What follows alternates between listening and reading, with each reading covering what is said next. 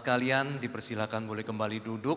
Sebelum saya melanjutkan perbincangan kita pada pagi hari ini, ya saya adalah penginjil Markus Bun, ya Markus Bun. Nah, itu namanya di situ ya. Nah, ini kadangkala saya sering kali disalah mengerti begitu ya. Wah, saya pernah satu kali pelayanan ke satu daerah, naik pesawat, wah ya. Kemudian pesawatnya turun. Saya mendarat dengan selamat, puji Tuhan. Kemudian saya keluar. Lah sudah pesawatnya sampai dengan bagus, saya sudah puji Tuhan, ini di luar pulau gitu kan. Saya nunggu di bandaranya nggak ada yang jemput. Wah, saya bilang, wah ini saya selamat di udara, tidak selamat di darat. Lah saya nggak tahu itu daerah gimana ini celaka gitu kan. Bingung saya begitu. Telepon gitu ya, nggak angkat-angkat begitu ya, mungkin gimana gitu ya, apa di jalan atau macet atau signalnya nggak sampai. Wah, saya bingung juga. Nah, kemudian setelah cukup lama bolak-balik ya, kemudian ada orang datengin saya terus nyapa, Pak, dari Jakarta. Oh iya, gitu ya. Pak Markus ya. Oh iya, gitu kan. Oh, saya bilang, oh iya, senang berjumpa gitu. Nah, sambil kita berjalan bawa koper ya ke mobil, dia bilang, sorry Pak, saya sudah nunggu dari tadi. Loh, kok dari tadi Pak? Sudah dari tadi, saya kira telat, macet atau apa. Oh enggak, dari tadi saya nunggu. Terus kenapa? Nah, terus dia bilang, saya nggak enak mau ngomong sama Bapak. Oh, saya bilang, oh nggak apa-apa, saya hamba Tuhan kok, ngomong aja gitu kan. Terus dia bilang, kita pikir Pak Markus Buni itu dari daerah Buni, Sulawesi. Dipikir hitam. Oh, saya bilang, oh ya nggak apa-apa gitu ya. Walaupun dalam hati saya bilang, waduh ya, ini papa saya salah kasih nama gitu ya. Karena itu sebenarnya bukan Buni, itu sebetulnya adalah bacanya Bun, Bun, ya Mandarinnya Wen, jadi Wen Chuan Tao begitu ya. Nah, itu adalah perkenalan kepada saya gitu ya. Tapi nggak apa-apa kalau Anda ketemu saya manggil Buni juga nggak apa-apa ya. Saya mengampuni seperti Tuhan mengampuni. Nah, pada kesempatan ini saya akan mengajak kita untuk merenungkan satu bagian firman Tuhan berkenaan dengan memberi dengan sukacita. Nah, ini adalah satu kata yang selalu nampaknya itu tidak cocok, tidak pas gitu ya. Kalau menerima itu sukacita, kalau memberi itu dukacita gitu ya. Nah, kita jujur aja, itu adalah perasaan kita begitu ya. Kita seringkali itu begitu ya. Memberi itu dukacita, kalau menerima itu sukacita. Nah, itu kondisi kita secara umum. Walaupun anehnya dalam hidup kita ada kondisi-kondisi tertentu kita juga nggak bisa bohong bahwa saya itu memberi dengan sukacita. Nah, ini manusia itu punya dua sisi yang kadang-kadang itu flip-flop ya gitu ya. Contoh, waktu kita pacaran, kita baru naksir satu orang. Kita laki-laki lihat perempuan begitu manis, begitu baik, begitu membuat kita terpesona. Yang wanita melihat seorang laki-laki begitu ya, yang sangat bertanggung jawab, sangat mengayomi, sangat memperhatikan kita, sangat menjaga. Tiba-tiba kita merasa memberi itu bukan sebuah dukacita. Nggak tahu kenapa mau ketemu dia, maunya saya bawa sesuatu, saya beli sesuatu, bawa sesuatu. Maunya saya bawa dia, bikin dia senang. Jadi walaupun kebanyakan hidup kita ini yang duduk di sini, kita selalu sadar, wah memberi itu berat, memberi berat. Tapi ada kondisi-kondisi tertentu kita nggak bisa bohong, dari sini ini keluar. Saya suka kasih. Terus setelah menikah, kita punya anak. Nggak tahu kenapa, kasih anak itu seneng. Nggak tahu kenapa, kemarin baru ada satu jemaat ngobrol sama saya, dia bilang, waduh suami saya tiap kali pulang kerja bawa mainan buat anaknya yang masih kecil, balita begitu ya. Padahal sudah diajar anaknya, anakku kamu bikin ini, nanti dapat poin 1, dapat poin 2, kalau dapat poin 10 nanti dikasih hadiah sama papa. Tapi istrinya bilang, tapi baru dapat poin 3, papanya sudah bawa hadiah, nggak tahan. Saya bilang, itu yang ngidem hadiah siapa? Anaknya atau bapaknya? Saya bilang begitu kan. Wah, jadi dia bilang, wah beli ini. Nah, ngasih, memberi itu nggak dukacita, memberi menjadi sebuah bagian yang sukacita. Nah, oleh sebab itu saya sadar tema ini adalah satu tema yang terkandung kondisi kita. Ada di antara kita sekarang, wah gue harus diberkati, gue memberi dengan sukacita. Tapi ada yang bilang, saya ini baru mulai diberkati, kalau saya memberi saya duka cita. Ada di antara kita yang bilang, wah saya sehat-sehat, saya mesti cari duit. Nggak sempat pikir memberi lagi. Kita ini juga masih berusaha. Ada orang yang sudah sakit bilang, saya ini sakit gini, rumah satu jual, saya nggak sehat-sehat. Memang kalau udah sakit itu, semua nggak berguna. Ini tabungan saya kasih kepada Tuhan, pelayanan Tuhan. Ini nggak ada artinya, nggak bisa dibawa pulang. Kasih. Ada yang memberi dengan sukacita di tengah sakit, ada yang menahan berkat di tengah dia sehat dan berhasil. Nah, oleh sebab itu kondisi kita sekarang beda-beda. Tetapi mari tahun ini kita coba merenungkan lagi 2024. Kondisi kita masing-masing ini, apa yang Tuhan mau kerjakan dalam hidup kita. Nah, itu yang hari ini kita coba akan melihat. Nah, dalam kondisi Paulus sendiri kita akan melihat begitu ya, bahwa Paulus itu ada di satu daerah yang namanya Filipi, dan kemudian dia memberikan bagian yang tadi sudah dibacakan juga di bacaan pertanggapan gitu ya. Nah, Anda bisa melihat ya, ini saya saya memberikan di situ sebuah peta begitu. Nah, kalau Anda melihat di situ ada satu peta, yaitu adalah yang biru-biru itu adalah perjalanan dari Filipi ya ke Korintus. Dari Filipi, coba saya cek lagi kok lupa. Dari Filipi ke jemaat di Korintus begitu ya. Nah, ini perjalanan dia begitu. Nah, ini adalah bagaimana dia nanti akan mengumpulkan begitu ya, akan persembahan itu, kemudian nanti akan dikirim ke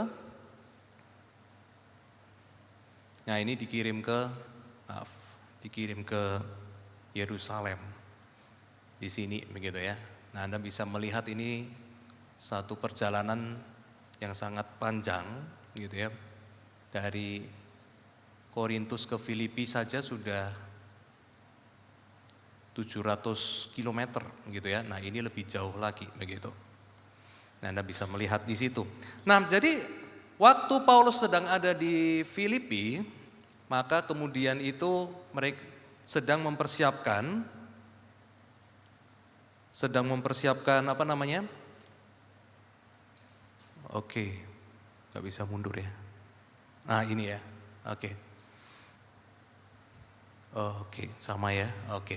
Nah, jadi di sini kita bisa melihat begitu ya, bahwa di dalam perjalanan yang panjang ini, maka kemudian mereka itu diminta untuk boleh mempersiapkan akan persembahan yang sudah dipersiapkan untuk dikirim ke daerah Yerusalem. Ya, tadi yang saya sudah perlihatkan di daerah sini begitu. Nah, maka Paulus mengirim surat duluan waktu itu lewat orang, mengantar dulu sembari dia masih ada di Filipi. Kirim orang dulu supaya jemaat Korintus itu mempersiapkan diri dulu sehingga persembahan itu dikumpulkan. Jadi nanti waktu dia sudah selesai di sini dalam perjalanan beberapa waktu sampai di sini sudah siap. Jadi supaya waktunya tidak terbuang panjang ya, seperti itu.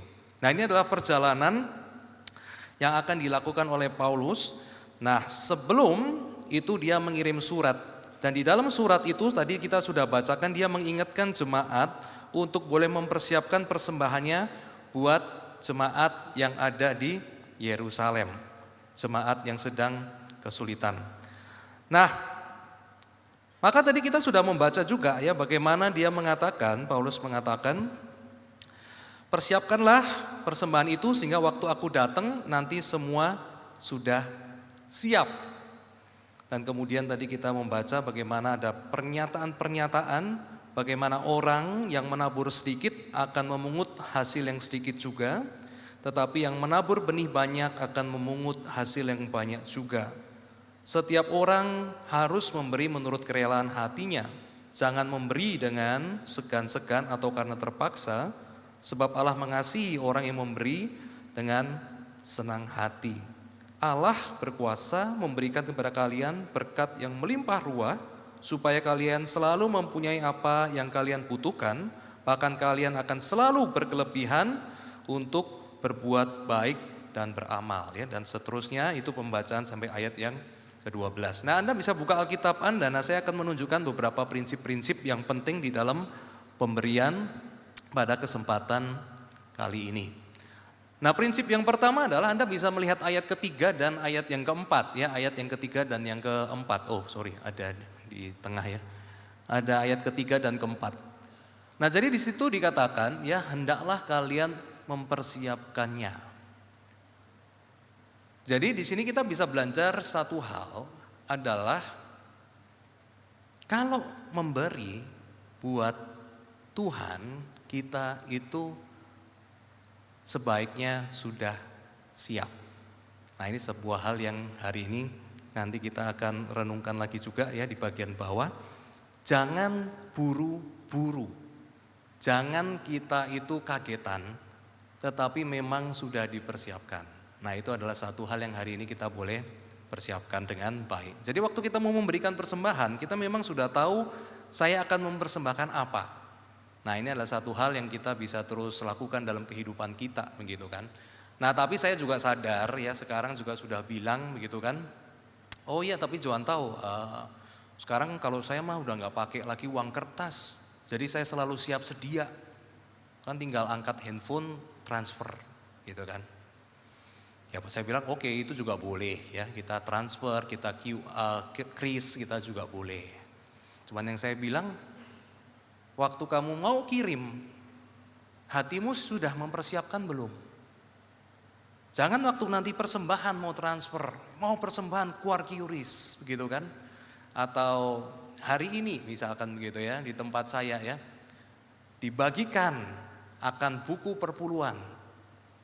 Sudah siap enggak kita? Atau kita, wah pas buka QR, waduh lupa gua ini. Kemarin ada bayar kartu kredit dan sebagainya. Wah, ini tipis nih. Jangan bayar dulu deh, persembahan ntar deh. Atau wah mau kasih perpuluhan, tapi wah kira-kira per bulan mau kasih berapa ya? Aku belum ngitung, belum siap. Nah, jadi di sini kita bisa melihat ya, di dalam sebuah pemberian ada baiknya kita itu mempersiapkan diri kita sehingga waktu kita mau memberi, kita itu memang sudah mempertimbangkan baik-baik. Jangan kita memberinya itu tidak siap sehingga kurang dari yang kita mampu. Tetapi juga jangan kita memberi kemudian kelebihan yang kemudian waktu kita jalankan hidup kita sama Tuhan, kemudian itu jalannya penuh dengan penyesalan. Wah, kenapa ya? Kenapa ya gua kasih gitu kan? Itu enggak jadi berkat.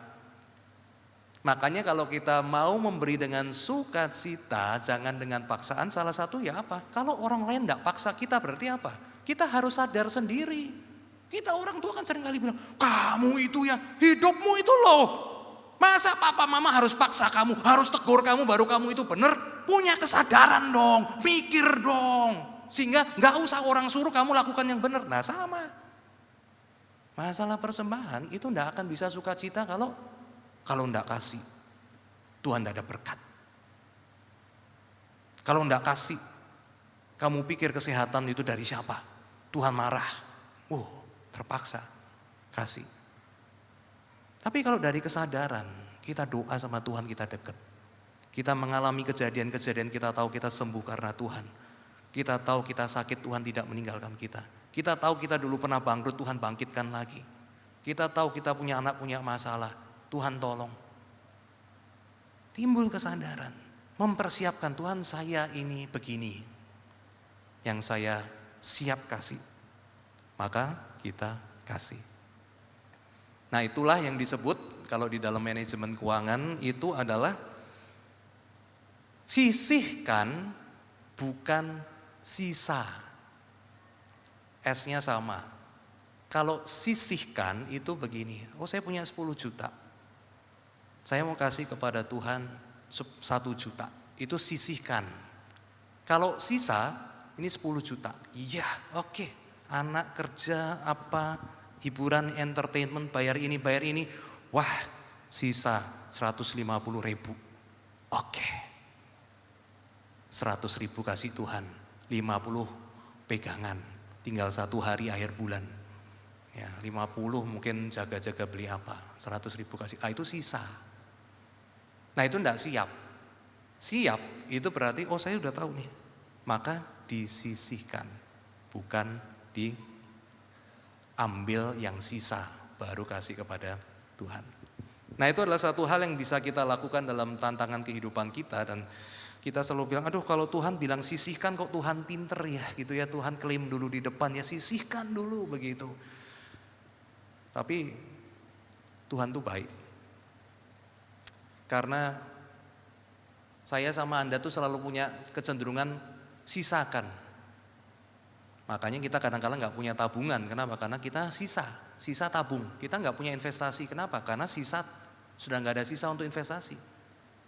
Maka Tuhan kasih tahu ajar bagus. Kalau kamu bisa sisihkan untuk Tuhan, pasti kamu punya kemampuan mental, punya kemampuan rohani untuk menyisihkan juga untuk hal-hal lain yang penting dalam hidup kamu. Termasuk apa? Termasuk saving untuk kondisi darurat, termasuk untuk investasi, di mana keuangan kita yang kita investasi, uangnya tidak akan habis atau dananya itu tidak akan termakan oleh inflasi, tapi bisa keep up. Kenapa? Karena tenaga mentalnya, tenaga rohaninya sama. Menyisihkan, mau buat Tuhan atau mau buat masa depan itu ada tantangan yang sama, berat di sini. Karena kita pinginnya adalah I enjoy my money. Jadi sekali lagi di sini ada berkat Tuhan. Kalau kita lakukan praktek rohani, berani menyisihkan buat Tuhan, sadar tidak sadar, Tuhan juga memberkati kondisi kehidupan kita. Kita punya kemampuan untuk nanti menyisihkan untuk hal-hal yang penting. Jadi when we put God first, everything follows. Waktu kita kasih Tuhan pertama di depan, yang lain itu mengikuti kebaikan Tuhan. Tuhan sedang membentuk kita. Nah, jadi inilah indahnya Tuhan. Jadi kalau dibilang, oh Tuhan egois ya, saya agak cenderung berkata, saya tidak setuju. Karena Tuhan minta persembahan, itu bukan karena Tuhan miskin kok. Terus apa? Tuhan memperkaya saya, Tuhan melatih saya. Kalau Tuhan gak latih saya, maka saya itu diikat sebetulnya oleh kelemahan-kelemahan saya. Maka menyisihkan, mempersiapkan apa yang kita berikan kepada Tuhan sebetulnya adalah bagaimana cara Tuhan mendidik kita. Ya seperti yang minggu lalu saya juga perhatikan dari khotbah yang dari misionari di Bandung ya, yang lalu ya, yang datang dari Singapura gitu ya. Saya ketemu dia waktu sebelum Covid ya 2019 di Bandung juga. Ya waktu dia baru pertama datang. Ya dia tinggal di Kopo ya, seneng bisa lihat lagi dia di YouTube kemarin. Nah jadi bagian dari pemuritan adalah bagaimana juga kita mengelola finansial kita. Nah kemudian prinsip yang kedua selain kita siap adalah Tuhan juga mengatakan barang siapa menabur sedikit menuai sedikit, menabur banyak dia juga akan menuai banyak. Nah ini adalah satu bagian yang sangat terkenal sekali dalam kehidupan kita, seringkali ya dikatakan begitu. Jadi enggak salah begitu ya, memang ini ada dikatakan ya, barang siapa menabur sedikit dia akan menuainya, mengambilnya juga sedikit. Kalau dia menaburnya banyak dia akan menuainya juga banyak ya. Ada sebuah proverb ya, ada sebuah peribahasa yang dikutip di sini. Nah tetapi sekali lagi adalah kalau saya boleh tanya, nih ya kita coba mikir, mungkinkah Tuhan itu berbicara ini dalam pengertian rohani? Mungkin. Tapi mungkinkah Tuhan juga berbicara ini dalam pengertian finansial? Memang bukan cuma rohani harta surga, tapi Tuhan juga sedang bicara tentang ini harta dunia nih. Gitu ya. Nah kalau kita melihat di situ ada ayatnya, Anda bisa coba cross check begitu ya di ayat 8 sampai 11, kita bisa melihat memang Paulus di sini menunjukkan satu hal bahwa Tuhan yang di surga itu juga Tuhan yang ternyata bisa memang memberikan berkat finansial, berkat harta di dunia ini kepada mereka yang memberi. Jadi memang tidak perlu terlalu dirohanikan bahwa oh ini bisa berarti harta surgawi. Kalau dia nabur banyak di dunia, semuanya itu harta surgawi. Tuhan perhatikan, Tuhan memuji. Kita mendapatkan harta di surga. Carilah jangan harta di dunia yang dimakan oleh ngengat, tetapi kumpulkan harta di surga. Betul, itu gak salah, Tuhan Yesus juga bilang. Tapi ternyata memang Tuhan juga bilang, masaan Tuhan tidak mampu mencukupkan engkau? Bukankah Tuhan yang kasih benih, Tuhan yang kasih panen? Jadi memang betul. Kalau kita berani memberi kepada Tuhan, maka Tuhan juga ternyata memberi kepada kita dengan berani. Nah jadi itu memberikan kekuatan kepada kita ya, bahwa teologi sukses itu tidak betul, hanya setengah benar teologi sukses. Bahwa saya tuh harus sukses, saya harus berhasil. Itu benar, tetapi cuma setengah. Tetapi kita juga jangan setengah benar. Bilang bahwa Tuhan tidak mau memberkati masalah finansial kita. Oh, finansial itu masalah kerja keras kita, masalah usaha kita, masalah kita pinter mikir. Tuhan gak ada urusan, gak juga. Karena Tuhan ada di dalam penderitaan, tetapi Tuhan juga bisa memberikan berkat kalau Dia mau. Kalau itu memang rancangannya. Kalau Tuhan ada keperluan buat memberkati orang lain, Tuhan bisa katakan, berikan berkatnya kepada kita. Jadi marilah kita percaya, waktu kita menabur, kita memberikan yang terbaik kepada Tuhan. Kita memberikan yang terbaik kepada pelayanan, kita memberikan kepada mereka yang membutuhkan dengan sebaik-baiknya. Jangan takut, Tuhan bisa kasih kita berkat. Kalau jemaat biasa seringkali ngobrol, iya nih, gampang di ngomong Juan tahu, susah dijalankan. Biasa pertanyaan balik saya itu begini, sudah pernah coba belum? Kasihnya itu agak buat kamu stres, tapi kamu merasa ini penting, kamu kasih ke pelayanan gereja, kamu kasih kepada orang yang membutuhkan, kamu kasih kepada sebuah hal yang Tuhan bilang ini perlu dana.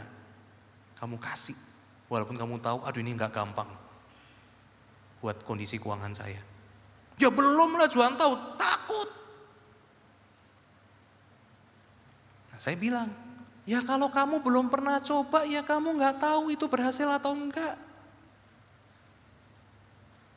Sekarang saya tanya, mobilmu bisa terbang enggak? Wih, enggak mungkin terbang, Juan tahu, mobilnya kan berat. Kamu naik pesawat, percaya enggak pesawat bisa terbang? Ya bisa dong, saya lihat sendiri, saya naik sendiri. Nah sekarang saya tanya, mobil sama pesawat mana lebih berat? Ya pesawat, Juan tahu. Tapi pesawat bisa terbang kan? Bisa. Kok kamu tahu itu pesawat bisa terbang bukan rekayasa komputer? Lah saya naik sendiri memang terbang kok. Ya itu. Kamu coba sendiri, kamu rasain dan kamu tahu kan. Kalau cuma dipikir-pikir kan, wah ini besi semua bisa terbang, orang gila ya. Betul ya? Ikut Tuhan sama. Oh ikut Tuhan, kasih Tuhan, Tuhan memelihara kamu. Wow, orang gila, mana? Nah karena belum pernah coba naik, saya bilang cobalah sekali kamu naik. Alamin Tuhan, kamu kasih. Waktu kamu yakin, kamu doakan, kamu yakin Tuhan panggil, walaupun di situ ada penderitaan, di situ ada kesukaranmu, kamu kasih, kamu alamin, betul nggak Tuhan? Oh dia bilang, aduh takut gitu ya. Saya bilang, coba saja. Kalau nanti ada masalah, kasih tahu saya bantu. Bantu dana atau bantu doa? Wah kurang ajar saya bilang. Saya bilang, kalaupun model kamu, saya tahu, you coba. Kalau kamu nanti ada kesulitan, saya bantu dana. Ya puji Tuhan, dia nggak balik lagi ke saya. Ya, kenapa? Karena dia ngalamin. Iya, enggak loh. Yang saya takutkan itu enggak terjadi. Nah Bapak Ibu, itulah namanya kita itu ride along with God. Kita naik Tuhan dan ngalamin bahwa yang Tuhan bilang itu firman-Nya benar.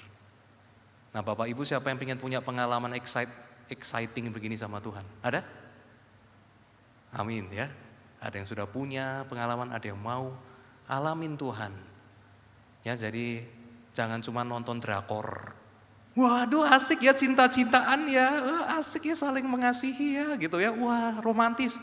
Ya jangan cuma lihat, alaminlah.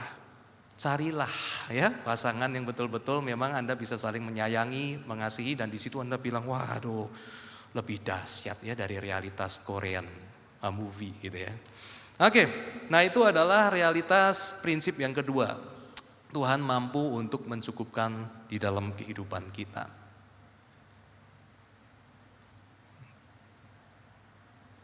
Oke, kita lanjutkan berikutnya. Nah yang berikutnya adalah menurut kerelaan hati ayat ke-7, dan jangan berat hati atau dipaksa karena Tuhan itu melihat hati. Nah, jadi di sini kita bisa melihat memberi itu sebetulnya Tuhan itu apa? Tuhan itu tidak melihat duit atau hartanya. Nah, kita jangan salah ngerti. Tuhan, saya kasih 100 juta. Tuhan seneng ya. Woi, jangan kita melihat karena jumlahnya. Ya. Tapi Tuhan tuh ngelihat ke dalam hatinya. Nah, makanya masalah finansial, masalah keuangan itu juga adalah masalah pemuridan. Hati kita sedang dimuridkan. Nah, kita ini semua latar belakang berbeda. Ada yang latar belakang orang kaya. Yang duit kecil. Ada yang latar belakang keluarga miskin. Yang dari kecil sudah dilatih. Lu kalau terima duit ya, itu dihemat-hemat. Beli baju ya, dihemat-hemat. Makan tuh ya, sedikit-sedikit. Saya tahu kita beda-beda. Semua ada kurang ada lebih. Ada yang punya dibesarkan dengan kondisi yang loyal. Ya. Royal, kasih. Ada. Baik dilihatnya memberinya, tapi jeleknya apa? Ada orang-orang yang dibesarkan dalam keluarga begini, taunya suka kasih. Waktu dikasih diberikan penghargaan, kasih. Oh kamu baik, kasih. Oh kamu baik, oh kasih kamu baik. Senang dia. Tapi ternyata kelemahannya apa? Di belakangnya adalah tidak mampu mengelola keuangan. Uangnya tuh bocor terus, kartu kreditnya tuh dipakai terus, traktir apa. Karena dia senang dipuji. Murah hatinya karena dia punya senang dipuji. Tuhan lihat hati. Termasuk di gereja. Ada jemaat yang sedang kita terus muridkan. Kenapa? Karena dia suka memberi ke gereja. Kenapa? Karena suka dipuji sama orang gereja, suka dipuji sama hamba Tuhan, suka dipuji sama majelis.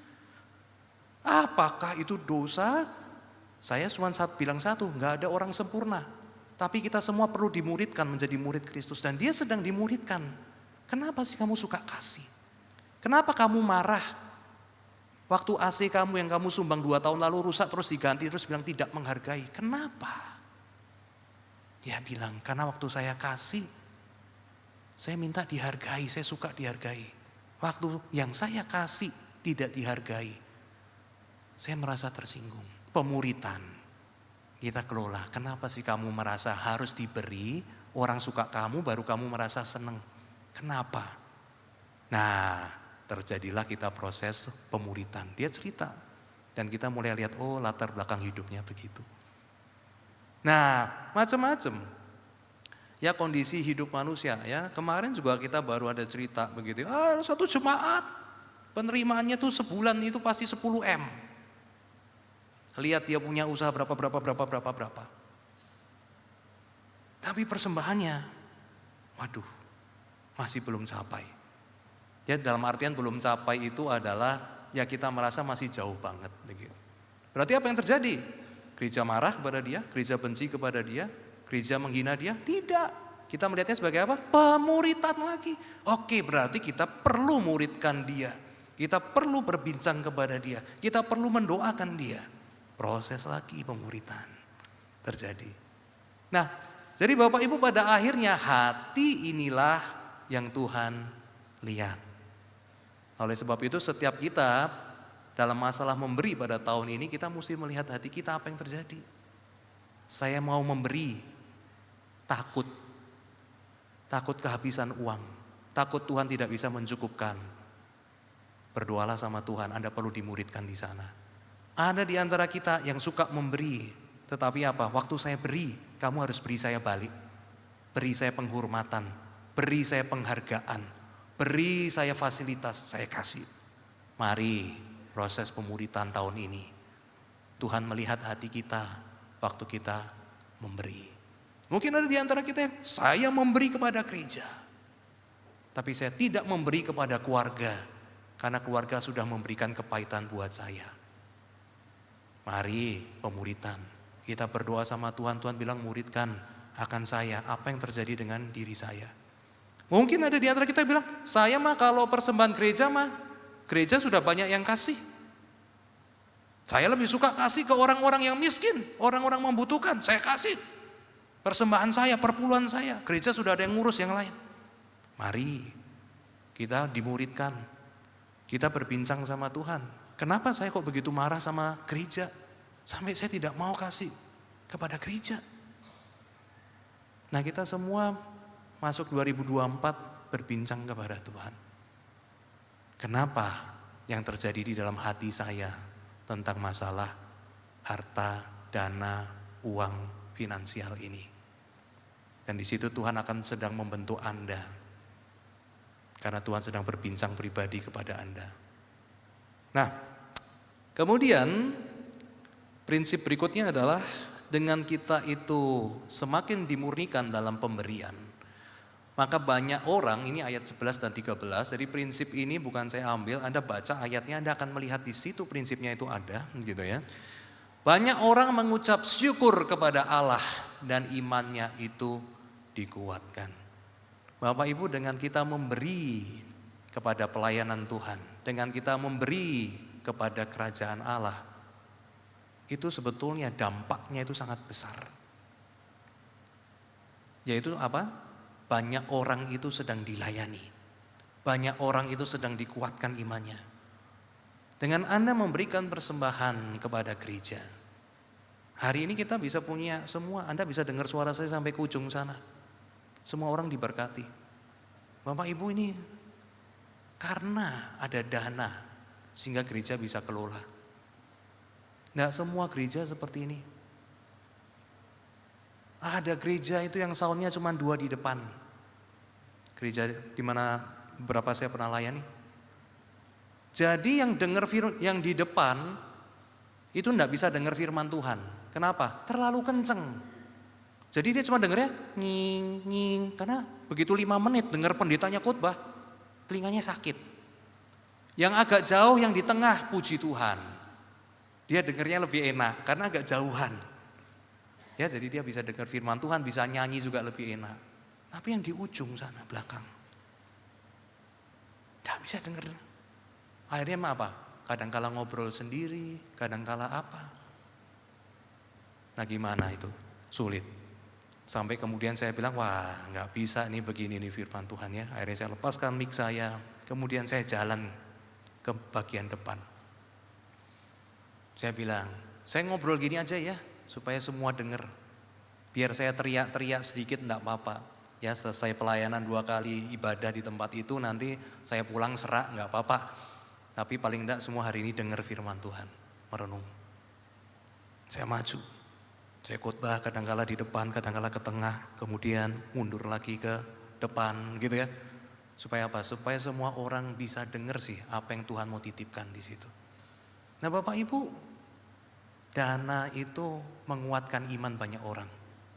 Ada yang bisa ditolong lewat diakonia, ada yang bisa dijamah lewat misi, ada orang yang bisa dijamah Tuhan di dalam ibadah karena puji-pujian, musiknya sampai ke belakang, perkataan WL sampai ke belakang, firman Tuhan dibacakan bisa sampai ke tempat-tempat, anak sekolah minggu bisa punya ruangan yang baik, tidak keringetan, ada AC, bisa menyanyikan pujian Tuhan, bisa menggambar-gambar Yesus, itu semua adalah ada dana. Dan kalau kita bisa terlibat di dalamnya, kita harus merasa sukacita. Kenapa? Lewat pemberian saya, Tuhan sedang bekerja ke sekolah minggu. Lewat pemberian saya, Tuhan sedang memberkati saudara-saudari di sekeliling saya yang saat ini sedang ibadah bersama. Lewat pemberian saya bersyukur hamba-hamba Tuhan dipeliharakan sehingga mereka belajar firman Tuhan, mereka berdoa bagi jemaat, mereka boleh menyanyikan pujian bagi jemaat, mereka boleh mensupport jemaat sehingga jemaat itu diberkati. Nah, itu sukacita waktu kita memberi itu harus kita selalu ingat bahwa saya menjadi bagian dari pekerjaan kerajaan Allah. Bapak Ibu, berikutnya kita melihat satu prinsip terakhir yang penting juga di sini dalam memberi dengan sukacita. Yaitu dari ayat 15 ya, bahwa motivasi mendasar dari kita memberi adalah anugerah Allah yang luar biasa. Itu dari ayat 15 Anda bisa baca. Jadi waktu kita memberi pada akhirnya ya, walaupun kita tahu memberi itu adalah baik buat memuridkan hati saya. Memberi itu adalah satu hal yang baik karena mempengaruhi hidup orang lain. Memberi itu adalah baik karena Tuhan bisa membalaskan, Tuhan bisa mencukupkan kebutuhan saya walaupun saya sudah memberi. Itu semua prinsip yang baik dan benar. Tapi pada akhirnya yang paling mendasar adalah satu, ayat 15. Saya memberi karena anugerah Tuhan yang besar. Saya memberi karena Tuhan sudah memberikan dirinya buat saya. Itu adalah dasar yang paling besar. Tidak heran saya kenal pribadi satu orang. Dia dulu suka bantu pelayanan. Dia punya truk. Gereja butuh apa? Angkut barang apa? Truk bawa aja pakai. Truk hari itu enggak kerja. Solar saya bayar.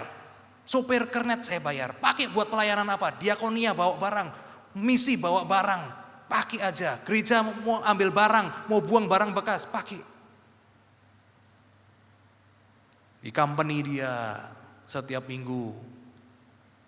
Hamba-hamba Tuhan juga dipanggil pelayanan di situ. Setelah itu diberikan persembahan kasih. Bilang aja kita jemaat, kita hamba Tuhan, kita satu gereja. Nggak usah repot, kita senang bisa pelayanan penginjilan juga di sini, memberkati kerohanian di sini. Dia bilang, enggak, sukacita memberi. Nah, realitas hidup bangkrut. Realitas hidup. Kesalahan terjadi di dalam pengelolaan, kemudian akhirnya perlahan-lahan meredup usahanya. Sekarang bangkrut. Pertanyaan terbesar begini, rugi nggak dia dulu melayani Tuhan? Goblok nggak dia dulu memberikan kepada pelayanan Tuhan? Kalau sekarang dia bangkrut.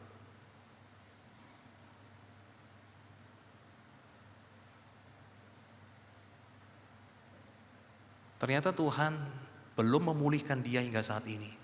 Dia menabur banyak, tetapi dalam kasus dia belum menuai. Goblok, salah, rugikah dia?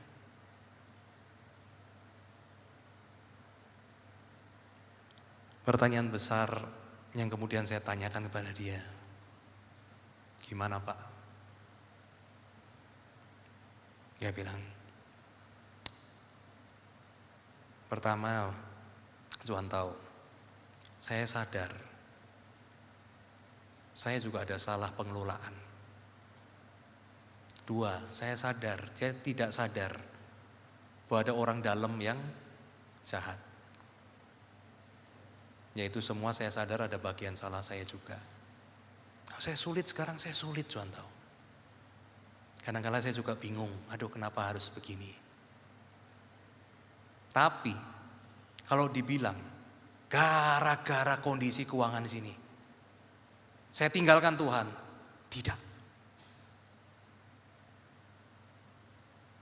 Punya Tuhan Yesus Kristus yang menebus saya, mengasihi saya, itu lebih daripada kesulitan yang ada sekarang. Ya Tuhan tahu, hari ini saya juga gak ngerti, hari ini saya juga susah kadang-kadang. Tapi kalau bilang tinggalkan Tuhan, tidak mungkin. Karena Tuhan itu sudah begitu baik buat saya. Nah itu kembali ke sini. Motivasi mendasar kita kasih apa?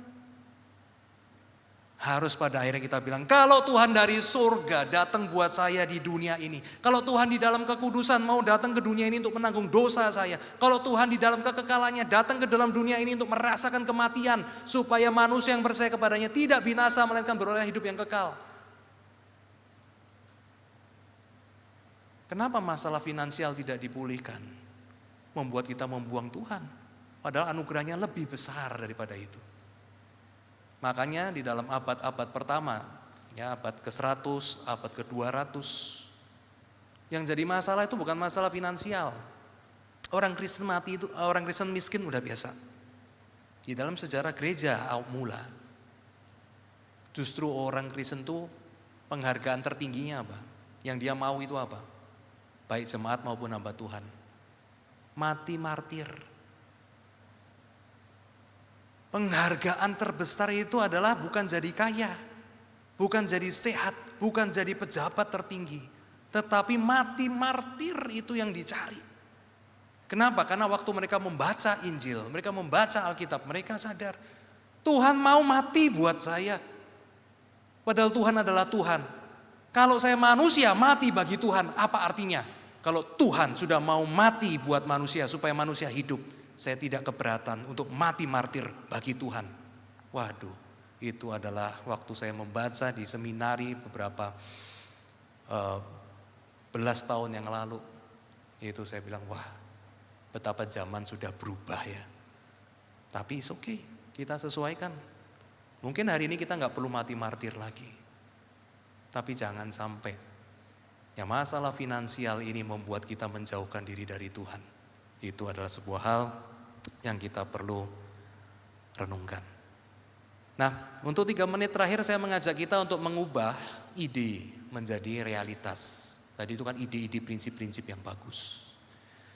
Nah, ini adalah sebuah pemaparan singkat aja, Anda bisa renungkan nanti bersama suami istri begitu ya. Dan juga mungkin hamba Tuhan, kelompok kecil Anda. Mungkin satu hal yang bisa dilakukan adalah bagaimana kita itu mempertimbangkan untuk memberi persepuluhan. Nah, persepuluhan ini kan rumitnya. Ada yang bilang saya harus hitung dari gaji bersih atau gaji kotor, untung bersih atau untung kotor. Saya ini gajinya tiap bulan ini saya naik turun, saya mungkin agen, mungkin saya maklar, tidak jelas bagaimana saya tahu. Itu no problem. Tetapi di dalam praktek rohani yang namanya sisihkan, bukan sisakan, itu memang membutuhkan, sisihkan itu membutuhkan sebuah perhitungan. Jadi kalau di dalam manajemen keuangan itu kan sudah diatur. Ya, untuk rumah tangga berapa persen, untuk kita itu keuangan bayar kredit berapa persen. Begitu kita keluar dari situ kita berarti mulai harus tanda merah. Oh bahaya nih, bahaya. Kredit, bayar rumah, bayar mobil 60%. Nah itu bahaya. Dalam perhitungan manajemen keuangan, pengelolaan keuangan itu 20-30% itu sudah maksimal. Begitu dinaikin sampai 40 itu akan mulai mengganggu kondisi sehari-hari kita. Makan, sekolah dan sebagainya.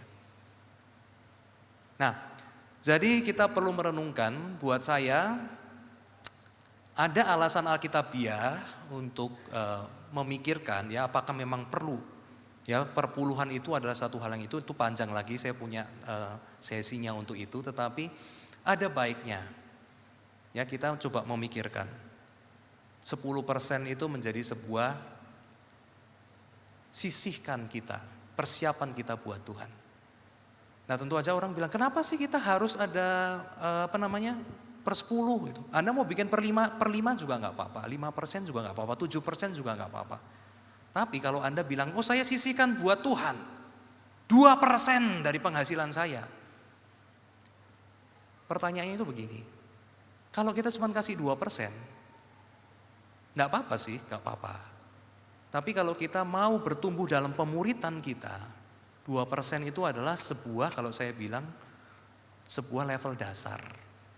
Kalau kita sudah ikut Tuhan 10 tahun, 15 tahun, terus 2%, sebetulnya berarti di dalam pemuritan kita itu nggak maju. Nah satu orang kemudian pernah respon pada saya, wah Johan tahu nggak boleh menghakimin begitu dong masalah hati saya. Itu menghakimin. Kan tuh Johan tahu nggak tahu hati saya seberapa tulus begitu ya. Nah ini perbincangan dalam kelompok kecil, jadi beberapa kelompok kecil itu sama saya sudah sangat ini banget ya, sangat open sekali, jadi perbincangannya kurang lebih kayak gitu. Nah saya tanya kepada dia, kamu sayang gak sama istri kamu? Oh sayang dong. Saya tanya, kamu kasih ke istri kamu berapa persen dari gaji kamu? Nah dia mulai cerita, oh ya untuk rumah tangga begini-begini, untuk dia punya make up apa-apa begini. Saya tanya, oke yang untuk rumah tangga anggaplah rumah tangga. Yang untuk istri kamu berapa persen? Dia bilang at least 20%. 20% buat istri. Kurangin dong 10%. Jangan tahu ini. Jadi 10%. Tiap hari ntar gue diomelin sama istri gue. Gak diurusin sama istri gue. Jadi 20% ya. Iya. Kenapa kamu? Ya karena saya cinta dia, saya sayang dia. Saya bilang. Orang kalau cinta gak bisa bohong. Gue cinta lu. Ya. Kita makan yuk. Gue cinta lu bayarin makan gue ya. Saya cinta anak saya. Terus kamu beli sepatu yang murah aja ya, baju bekas aja ya. Bilang, lu sayang gua gak sih? Kalau lu sayang gua kok begini ya? Dari situ dia bilang, iya sih Johanto sih, iya sih. Oke lah gua coba deh. Lu mau coba berapa? Saya bilang, naikin berapa? Wah belum tahu gua juga. Gak apa-apa, coba dulu. Saya bilang apa? Mana ini? Hup. Oh belum maju-maju ya? Oke. Bisa tolong diklikin aja? Ya itu ya. Ini kayak ada alat ukur. Kalau nggak ada ukur, kita nggak jelas. Saya bilang, bro, gua mau dukung lu dalam pemuritan. Mau berapa? Dia bilang, ya udah deh, 5% dulu deh. Malu nih, nggak apa-apa Johanto. Oh nggak apa-apa, lu dari 2 ke 5 kenapa malu? Gua bilang, gua sebagai kakak rohani lu bangga lu berani. Nggak apa-apa, 5% ya. Oke, lu tahun ini coba 5% ya. Oke. Nah di situ dia berjuang terus gitu ya. Berjuang 5% gak apa-apa, Tuhan lihat hati. Tuhan tahu dia mau berubah. Akhirnya dia coba ya 5% setahun itu. Ya kadang-kala dia berhasil, kadang-kala dia enggak begitu ya. Nah kemudian kita pantau terus. Nah puji Tuhan ya sekarang dia bilang ya kalau cuma 7% mau tutup mata Johanto begitu ya. Nah ini kalau 10% ya kadang-kala ada kurang ada lebih. Nah puji Tuhan. Jadi ternyata memiliki indikator itu penting banget. Karena di situ mempertunjukkan hati kita seperti apa. Nah jadi Bapak Ibu silakan kalau Anda itu mau mencoba untuk menyisihkan ya dari apa yang Anda miliki. Ya berapa persen ya terserah Anda mau dari neto bersih atau mau dari bruto. Bicara sama Tuhan, bicara sama hamba Tuhan, bicara sama teman kira-kira Anda mau apa kemudian mulai dicoba. Berapa persen atau berapa jumlah yang Anda mau kasih kepada Tuhan. Di situ Anda akan bisa merasakan akan indahnya ya mengikut Tuhan, indahnya dibentuk sama Tuhan ya. Termasuk sekali lagi saya mengutip ya perkataan dari Rick Warren sendiri yang kelasnya saya juga pernah ikut. Dia bilang, perpuluhan itu membentuk hati. Kalau Alkitab bilang cinta uang adalah akar dari kejahatan, maka dia bilang, maka di gereja Saddleback Church dia bilang, kenapa kita pakai perpuluhan? Karena perpuluhan bagian dari pemuritan. Dengan melakukan praktek rohani memberikan perpuluhan, sebetulnya hati itu sedang dibebaskan dari akar segala kejahatan. Yaitu apa? Cinta uang. Nah itu salah satu hal yang dia katakan. Nah sekali lagi Bapak Ibu, mari kita mengambil waktu tenang, kita menutup mata kita berdoa sejenak di hadapan Tuhan. Kalau hari ini kita boleh bicara sama Tuhan. Hari ini saya mendapatkan pesan ini ya Tuhan. Hari ini saya mendapatkan satu perkataan Tuhan yang penting. Silakan Anda doakan hal itu. Berdoalah katakan begini, Tuhan hari ini saya belajar ini. Hari ini saya dikasih tahu Tuhan ini. Hari ini saya didorong oleh Tuhan melakukan ini. Doakan itu kepada Tuhan dan biarkan Tuhan bersuka cita karena tahu bahwa Anda mendengarkan suaranya.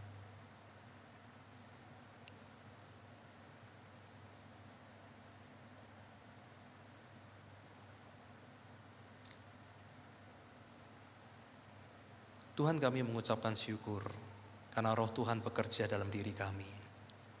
Dan hari ini kami juga menerima 1-2 kalimat, 1-2 hal yang penting yang cocok buat masing-masing kami. Dan biarlah itu boleh kami bawa pulang. Dan biarlah kami boleh lakukan dalam kehidupan kami masing-masing. Dan biarlah kami boleh melihat sungguh gereja Tuhan bekerja. Sungguh kerajaan Allah sedang turun ke atas bumi. Sungguh kehendak Tuhan sedang terjadi di bumi seperti di surga. Tatkala kami anak-anak Tuhan mendengarkan suara Tuhan dan bersama-sama kami mewujudkannya dalam kehidupan kami sehari-hari. Dalam nama Sang Penebus Yesus Kristus, anugerah Tuhan yang terbesar, kami panjatkan akan doa ini. Amin.